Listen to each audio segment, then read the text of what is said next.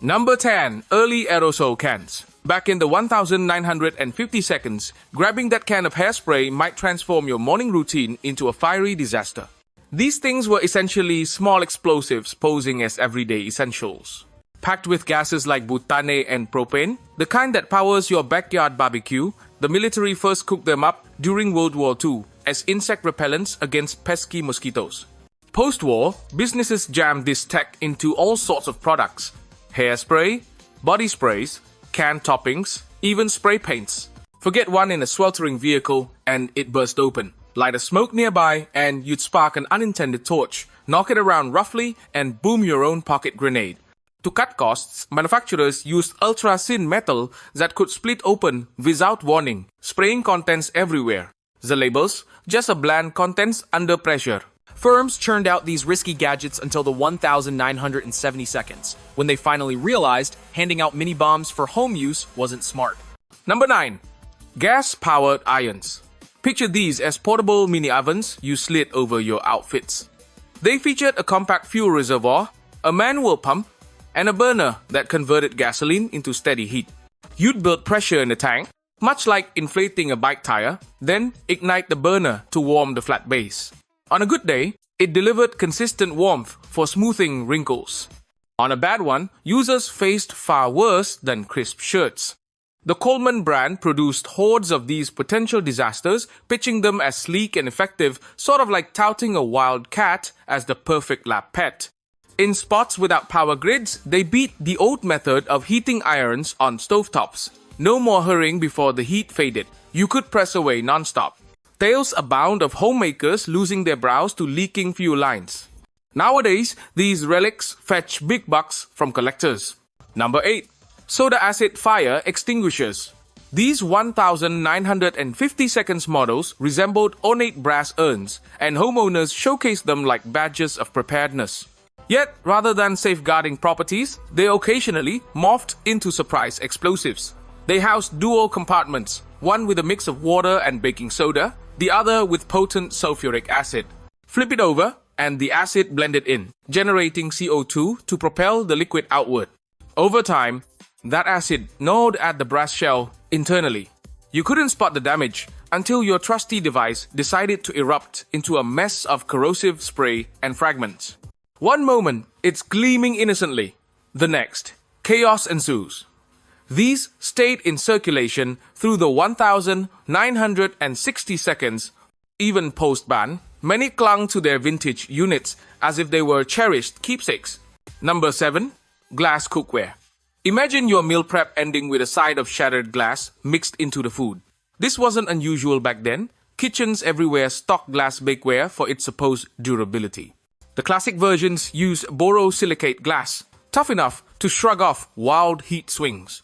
But to pinch pennies, makers shifted to budget soda lime glass. That material and rapid temp changes? They clashed like oil and water. The result?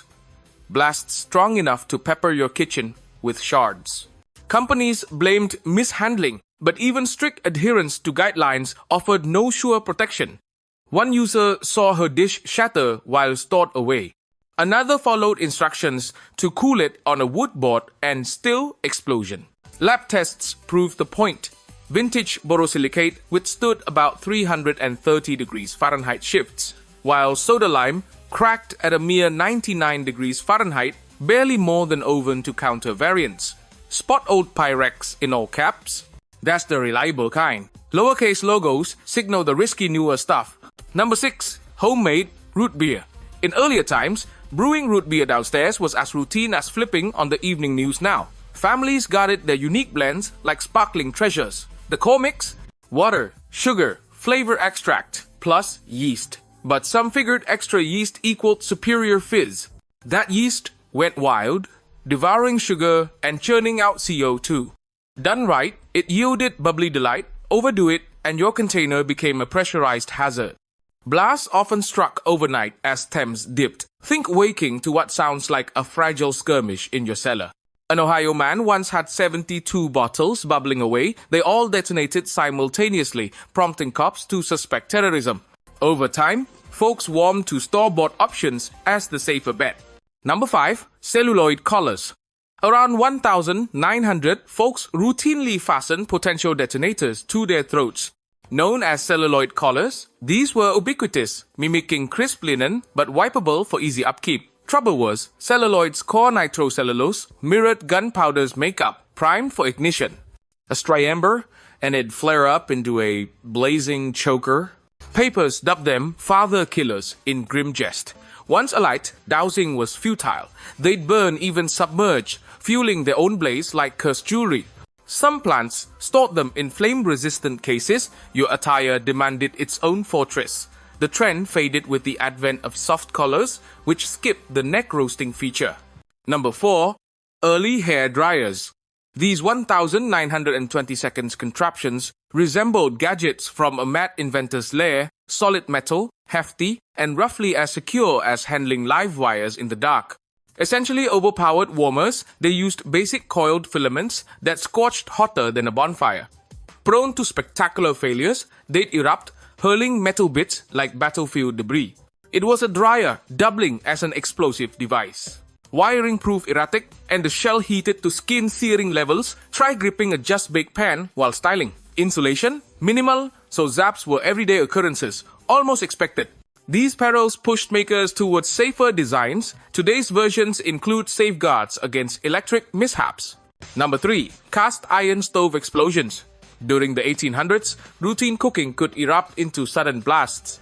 These stoves dominated homes for warmth and meals, but harbored a fatal weakness: violent ruptures. Spill water on a blazing unit, and it vaporized instantly, swelling 1,700-fold into steam that shattered the iron into lethal projectiles, punching through barriers. In 1875, one blast pierced 2 walls. The owner just mended and replaced.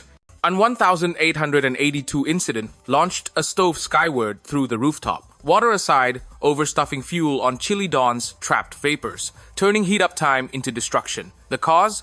Inherent flaws in cast iron that expanded under thermostress until catastrophic failure. Number 2. Carbide lamps.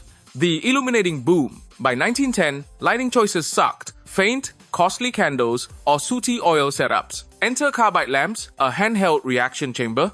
Load calcium carbide below, drip water from above. It produced acetylene for vivid, clear glow. But these were portable pressure cookers. Overdo the drip, and excess gas built to bursting point, redecorating rooms explosively. Carbide reacted fiercely with moisture. Damp storage sparked gas accumulation until ignition relocated structures. Miners toted these risks underground amid volatile airs. The 1932 Moaqua mine blast claimed 54 lives when lamp gas ignited methane, rumbling far afield. Affordable batteries soon lured users to safer illumination. Number 1. Glass pop bottles. It's 1979. You grab a chilled glass soda from the table. Instead of a sip, shards rocket at 200 miles per hour. This plagued households continent-wide, no rare fluke. Bottles harbored invisible fractures, like hidden fuses. Combined with fizz pressure, they became fragile bombs. Researchers filmed 5-liter ones, tipping over deliberately fragments lodged in surfaces with weapon-like force. Your drink turned assailant. Beverage firms recognized the issue, attempting plastic coatings as fixes, but it barely helped. Minimal jostles triggered blasts. Some went off on shelves. This danger drove the pivot to plastic, not for cost or weight, but to end the beverage betrayals.